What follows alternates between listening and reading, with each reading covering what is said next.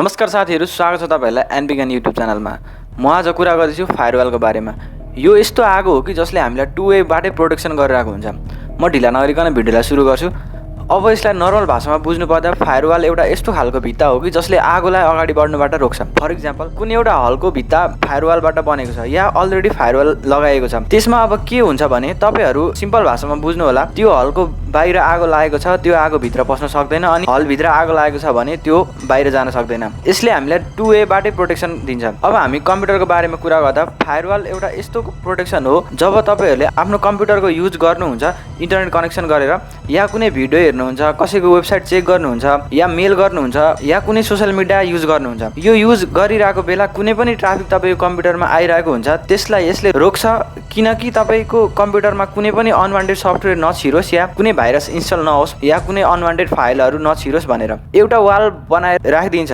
यसले गर्दा तपाईको कम्प्युटर एकदमै सेक्युर हुन्छ। अनि अर्को, यदि तपाईको कम्प्युटरमा कुनै भाइरस छ भने तपाईको कम्प्युटरसँग कनेक्सन अरु कुनै कम्प्युटर छ भने त्यसलाई अर्को कम्प्युटरमा छिर्न दिदैन। यसले एकदमै प्रोटेक्ट गरिदिन्छ तपाईको डिभाइसलाई। फायरवल दुई तरिकाको हुन्छ, एउटा हुन्छ हार्डवेयर बेस्ड फायरवल, अर्को हुन्छ सफ्टवेयर बेस्ड फायरवल। हार्डवेयर बेस्ड फायरवल के हो भने, अब एक्जाम्पलको लागि तपाईको कम्प्युटरसँग अरु 5 वटा कम्प्युटर कनेक्सन छ भने त्यो एउटै फायरवलले त्यो सबै 5 वटै कम्प्युटर त्यसको अन्डरमा आउँछ। कुनै वेबसाइटमा जानु भयो भने फायरवलले थर्ड पार्टी सफ्टवेयरहरु तपाईको कम्प्युटरमा आउनबाट रोक्छ। अर्को सफ्टवेयर फायरवल चाहिँ के हो भने, तपाईहरुले युज पनि गर्नु भएको होला एन्टिभाइरसहरु, नोर्टन भयो, यस्तै अरु पनि छन् एन्टिभाइरस। यसले चाहिँ के काम गर्छ भने, यसले पनि सेम त्यही काम गर्छ, तर अझै एउटा अर्को के काम गर्छ भने तपाईहरुले गेम्स या कुनै पनि सफ्टवेयरहरु इन्स्टल गरेर त्यसलाई ओपन गर्नुहुन्छ, त्यो बेला यस्तो खालको मेनु देखाउँछ कि तपाईहरुले यसलाई चेक गर्नुहुन्छ, यसलाई विन्डोजले डिसेबल गरिदिएको छ भनेर आउँछ। अनि फायरवलले अर्को काम के गर्छ भने, तपाईहरुको कम्प्युटरको आउटगोइङ ट्राफिक या इनकमिङ ट्राफिक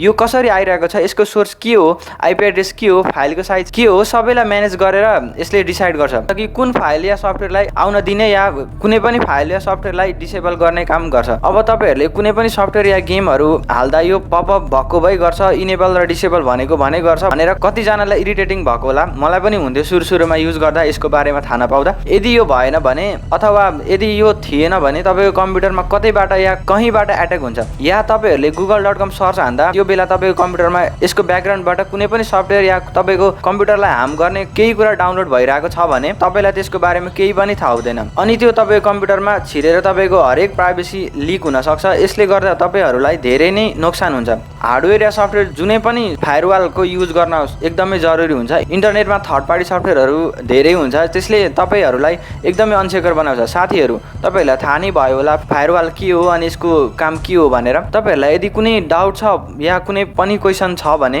तल कमेन्ट गर्न सक्नुहुनेछ। यति भन्दै यो भिडियोलाई यही अन्त्य गर्छु। यस्तै रिलेटेड कुराहरुको जानकारीको लागि च्यानललाई सब्स्क्राइब गर्नु होला, साथै छेउमा रहेको बेल आइकनलाई पनि दबाउनु होला। बाइ साथीहरु, जय Nepal, stay safe, stay home.